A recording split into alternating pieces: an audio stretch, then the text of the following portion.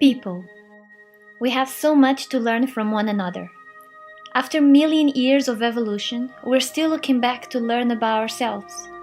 From hunting to mass production, we're constantly looking for growth. But what if there were people out there who still choose to live the same way our primordial ancestors did?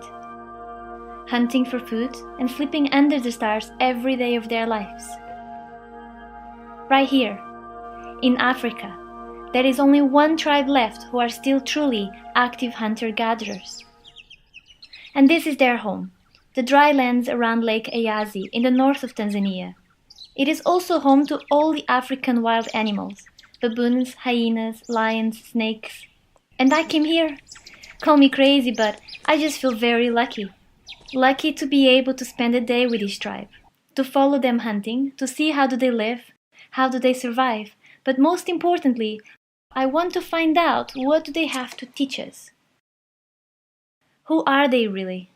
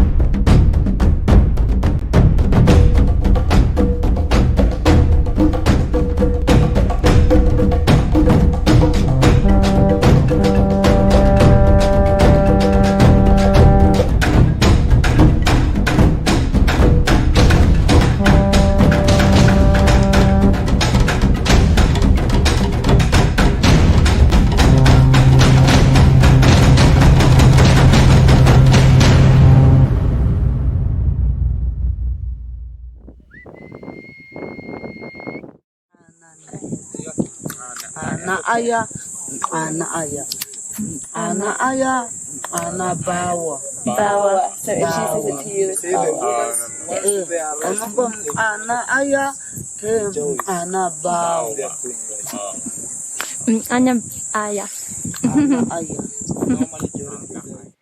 The Hadza live so remotely and close to the exterior world that only about 20 years ago they allowed an anthropologist to study them.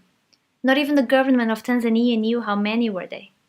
Nowadays, there are around 1,200 of them, of which about 300 has never had any contact with the external world. Genetically, they are not closely related to any other people, and they speak a click language not related to any other non-click language in Africa.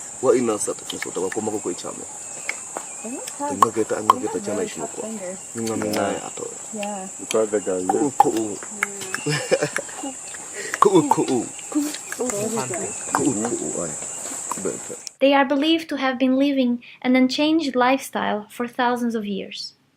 They are nomadic, changing camp, following food and water, and making fire the old-fashionable way. Every day, early morning, women gather berries and roots while the men go out hunting for meat before the heat strikes and animals hide. Food can be any animal they can catch, except for hyenas and snakes. And I asked, why not? But they told me that these two feed on dead animals. We have seen baboons right on the top, but they're really far away. So now, I think they're formulating a plan to see how we're gonna get it.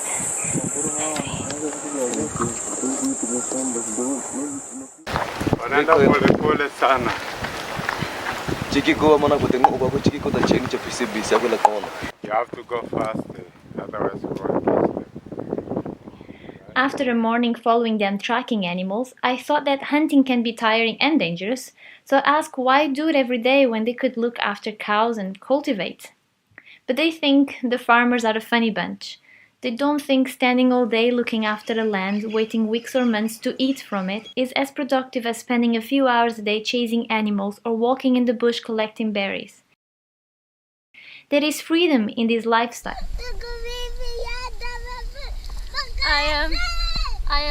won't let me out. I am stuck in here.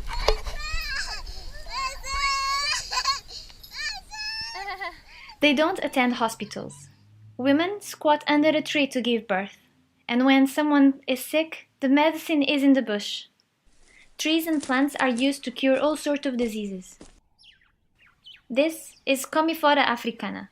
The resin is used to disinfect wounds. We ended up using it as thorns got removed from our inexperienced hands. The burnt resin is used as an insecticide and aphrodisiac, and the fruit of Commiphora africana is used to treat typhoid fever and stomach problems. The ashes of its bark, together with leaves from baobab tree, are used to treat malaria. And the baobab fruit, which I got a chance to try, are rich in fiber and vitamin C.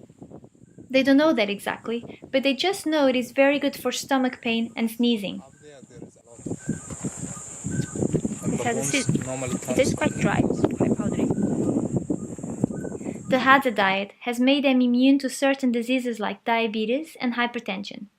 Their gut holds a more diverse range of bacteria than the rest of the world, which has drawn a lot of scientists' attention. What's his name? It's called Shakwa. This is Shakwa. He was named after a parasite tree that he was born under. His age is only an estimate. They don't count years, they count wet seasons. So for the Hadza, age isn't a number. Age is experience. Age is fitness. Shakwa has counted 48 wet seasons. They also refer to when they were born as a special big event, like the famine year or when the earth shaked. So this lady, who is the older of this camp, told us there were a famine year when she was born.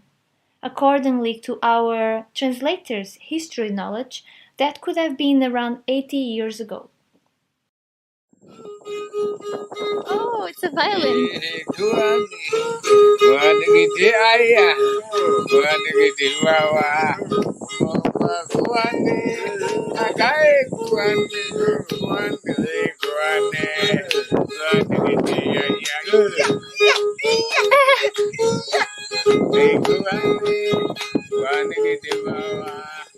The leader, who is often the wisest and strongest man, is also not quite an official leader. He will have the knowledge and the experience of killing a baboon on his own, but the Hadza are free to move from camp to camp from an early age as 10 wet seasons. They value equality highly, and Hadza women have a great amount of autonomy and participate equally in decision-making with men. Yeah!